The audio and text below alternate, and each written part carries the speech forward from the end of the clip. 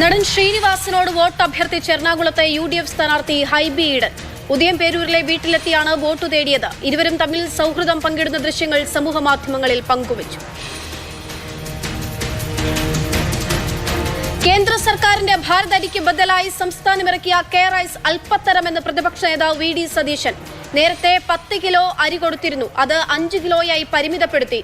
മനുഷ്യരെ ഇങ്ങനെ കബളിപ്പിക്കരുതെന്നും സതീശൻ. ഭരണഘടനയുടെ 6-ാം അനുച്ഛേദത്തിൽ ഉൾപ്പെടുന്ന സ്ഥലങ്ങളിലൊഴികെ മറ്റെല്ലായിടത്തും CAA നടപ്പാക്കുമെന്ന് കേന്ദ്ര ആഭ്യന്തരമന്ത്രി അമിത്ഷാ. കേരളത്തിലും CAA നടപ്പാക്കും. പൗരത്വം സംബന്ധിച്ച് തീരുമാനമെടുക്കേണ്ടത് കേന്ദ്ര സർക്കാരാണ്. അപേക്ഷകരുടെ ഇന്റർവ്യൂ സംസ്ഥാനങ്ങൾ നടത്തിയില്ലെങ്കിൽ കേന്ദ്രം നടത്തുമെന്നും മന്ത്രി.